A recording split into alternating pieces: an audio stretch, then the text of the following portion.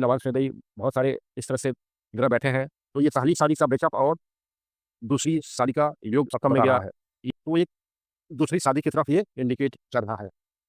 नमस्कार दोस्तों, ओजस एस्ट्रोलॉजी पे आपका स्वागत है और मैं हूँ रंजीत रघुआर्या। दोस्तों, पिछले मेरे वीडियो आए थे शादी के ऊपर, जिसमें मैंने शादी के ऊपर ये बताए थे कि शादी न होना, शादी होके सेपरेशन हो जाना, शादी में डाइवोर्स होना, इनकी क्या योग है कुंडली में, कैसे ये योग बनते हैं, इसमें सारे कुछ मैंने चार्ट के माध्यम से भी ये मैंने उसका एनालिसिस भी किया था। उसको आप इस वीडियो के प्लेलिस्ट में, चैनल के प्लेलिस्ट में जाके आप उसको देख सकते हैं और ये बातें जान सकते हैं कि शादी में समस्या क्या क्या कारण हो सकता है। तो दोस्तों, आज का जो विषय है, किसी व्यक्ति के, चाहे वो पुरुष हो या महिला हो, दो शादी का क्या योग होता है, ऐसा क्या कुंडली में योग होते हैं, ग्रह के ये क्या योग होते हैं जिसके कारण किसी के कुंडली में दो शादी के या दो से ज़्यादा शादी के योग बन जाते हैं। तो सबसे पहले दोस्तों, किसी का कुंडली, जैसा मैंने बताया है कि पुरुष के लिए शुक्र उसके शादी का कारक होता है, यानी पत्नी का कारक होता है, और मंगल महिला के शादी का कारक होता है, यानी उसके हस्बैंड का कारक होता है। और दो शादी में जो डुअल साइन होता है, जैसे जेमिनी, वर्गो, सजिटेरियस और पाइसिस, इन साइंस का, इन राशि का बहुत ही उसमें योग होता है। इनकी शादी डुअल शादी यानी दो शादी होती है। और इसके अलावा मरकरी का भी बहुत अहम रोल होता है दो शादी करवाने में। किसी के कुंडली में अगर लगन अगर डुअल राशि का हो जाए, यानी जेमिनी, वर्गो, सजिटेरियस और पाइसिस, या लग्नेश इन तरह के राशि में चला जाए, या सप्तम का जो स्वामी है वो इन तरह के राशि में चला जाए, या सप्तमेश मरकरी हो जाए, और इस तरह के कुछ योग बने हुए अगर कुंडली में, जो कि शादी का टूटना दिखा रहे हैं, शादी नहीं चलना दिखा रहे हैं, और इसी तरह का जो रिपीटिशन है वो आपके वर्ग कुंडली में, जैसे D9 में हो, D60 में हो, D10 में हो, इस तरह के जो रिपीटिशन है अगर कुंडली में बन जाते हैं, वहाँ भी इस तरह के जो आपके सप्तम भाव का जो लॉर्ड है या आपका लग्नेश है, इन तरह के राशियों में बैठ जाए, मरकरी के साथ बैठ जाए, तो जो ड्युअलिटी है अगर कुंडली में जितने ज़्यादा बनेंगे, और शादी के टूटने का योग अगर आपकी कुंडली में है, तो दो शादी का होने का जो चांस है वो बढ़ जाता है। यानी कि पहली शादी का टूटना या न चलना या किसी तरह का सेपरेशन होना, और दूसरी शादी का अगर कुंडली में योग बना होगा तो दूसरी शादी की तरफ व्यक्ति जाएगा। यानी कुंडली में अगर पहली शादी का टूटने का योग, या शादी होने के बाद किसी तरह का सेपरेशन होना, पार्टनर का असमय लाइफ से चले जाना, या किसी तरह का भी अगर शादी में ब्रेकअप होता है, पहली शादी में ब्रेकअप होता है और उस कुंडली में दूसरी शादी का योग बना होगा, तो इन तरह के योगों से दूसरी शादी भी हम देखते हैं। तो दोस्तों, इसे हम कुछ कुंडली के माध्यम से इसे एनालाइज करेंगे कि कैसे किसी के कुंडली में, किसी के जन्म कुंडली में दो शादी का योग बनता है। तो चलिए इसे हम समझते हैं। पहली जो चार्ट है ये एक महिला यानी फीमेल की चार्ट है, और यहाँ पे इनका जो लग्नेश है वो सन है, किसी लगन में सिंह राशि है, और इनका सप्तम भाव में कुंभ राशि है जिसका स्वामी है सैटर्न यानी शनि। अब यहाँ देखेंगे कि जो सप्तम का जो लॉर्ड है शनि, वो नवांश में यानी D9 में देखेंगे वो पाइसिस यानी मीन राशि में बैठा है, और मीन डुअल राशि यानी डुअल साइन है। अगर हम इस पाइसिस साइन को, मीन साइन को अगर हम देखेंगे D1 में, तो ये अष्टम में आ रहा है। ये पाइसिस साइन D1 का जो पाइसिस साइन है वो D1 में अष्टम में आ रहा है, और यहाँ पे शनि बैठा है नवांश में। अगर यहाँ देखेंगे कि D1 के लगन कुंडली में जो शनि है उसका पोजीशन से नवांश में अगर शनि का पोजीशन देखेंगे तो 6-8 का संबंध हो रहा है। जैसे यहाँ पे नवांश में यहाँ पे शनि है, तो यहाँ से अगर हम काउंट करेंगे 1 2 3 4 5 6 7 8, तो यहाँ पे शनि है, और यहाँ से काउंट करेंगे तो 1 2 3 4 5 6, यानी 6 और 8 का संबंध हो रहा है सैटर्न का पोजीशन का। यानी कि लिब्रा से लेकर पाइसिस तक, यानी तुला से अगर पाइसिस तक काउंट कीजिएगा तो 6-8 का संबंध है। तो प्रथम दृष्टि से अगर हम देखें तो ये शादी के लिए ठीक नहीं है। ये महिला की चार्ट है, तो महिला के चार्ट में उनकी शादी का जो कारक होता है वो मंगल यानी मार्स है, और उस महिला के चार्ट में वो हस्बैंड का भी कारक होता है। तो यहाँ देखेंगे वो मरकरी की राशि वर्गो राशि में बैठा है, कन्या राशि में बैठा है। ये भी कन्या राशि भी डुअल साइन की राशि है। वही मंगल नवांश में देखेंगे वो भी मरकरी की राशि में बैठा है, यानी कि जेमिनी मिथुन राशि में मंगल बैठा है। तो जो शादी का कारक है वो D1 में भी डुअल साइन में है, और नवांश यानी D9 में भी वो डुअल साइन में है, मरकरी की राशि में है।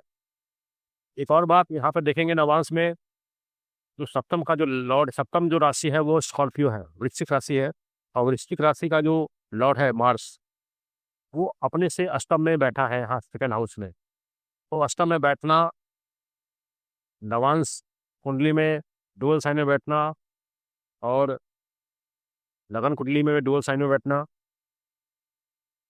ये बहुत ज़्यादा डुअलिटी दे रहा है इस महिला के जिंदगी में, क्योंकि चार्ट के माध्यम से हम देख रहे हैं। और यहाँ पे देखेंगे शुक्र है, वो भी स्कॉर्पियो यानी धनु राशि में है, जो कि एक डुअल राशि है। जैसा मैंने बताया कि इनके जो लाइफ में बहुत ज़्यादा डुअलिटी है, क्योंकि जो कारक है मंगल वो भी डुअल साइन में है नवांश में और D1 में, और सप्तम भाव का लॉर्ड है वो भी डुअल साइन में है नवांश में। शुक्र वो भी डुअल साइन में है नवांश में। नवांश का जो सप्तम भाव का लॉर्ड है मंगल, वो भी अपने सिस्टम चला गया। तो ये एक शादी के लिए एक अच्छा इंडिकेशन नहीं है, शादी को आगे चलाने का अच्छा इंडिकेशन ये नहीं दे रहा है। लेकिन सबसे बड़ी बात यह है कि हम लोगों ने देख लिया कि इनके शादी का जो चार्ट में ड्यूअलिटी बहुत बता रहा है, मगर इसको ये इतने सारे ड्यूअलिटी देख के हम ये डिसाइड नहीं करें क्योंकि 2 शादी होगी। उसके पहले हमें ये देखना होगा कि जो पहली शादी है उसमें कुछ दिक्कत है या उसके सूझने का कुछ योग है कि नहीं, क्योंकि उसके बिना ये डिसाइड कर लेना कि इनकी दूसरी शादी होगी, ये पॉसिबल नहीं है। तो यहाँ हम देख रहे हैं कि जो शादी का कारक है मंगल, वो वर्गो साइन में है। वर्गो साइन यानी कन्या जो राशि होती है वो कॉन्फ्लिक्ट की राशि होती है।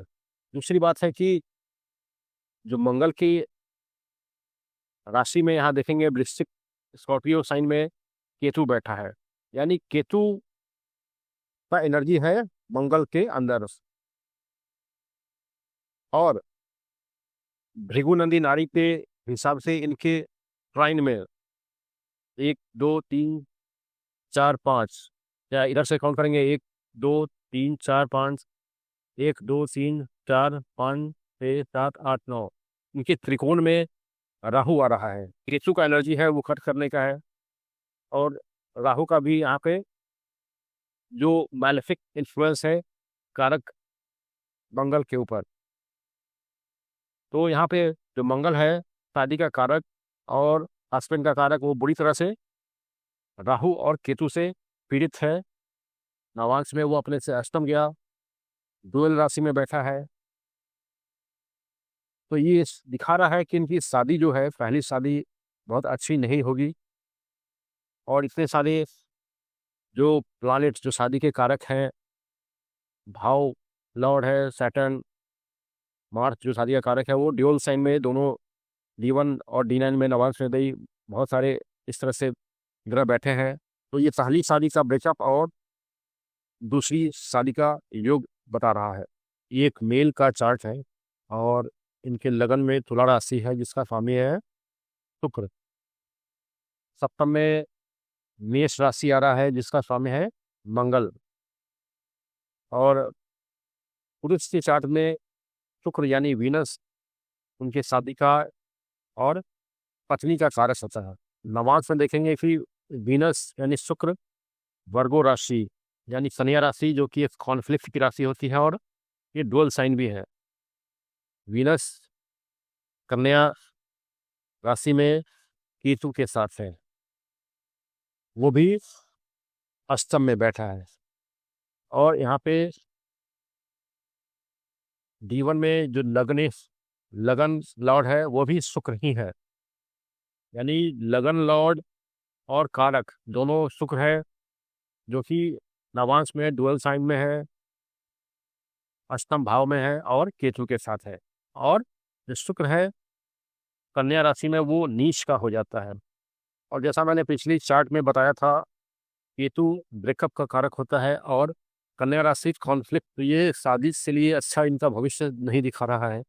यानी कारक का केतु के साथ जाना, डुअल साइन में बैठना, अपने शत्रु के राशि में बैठना और नीच का हो जाना।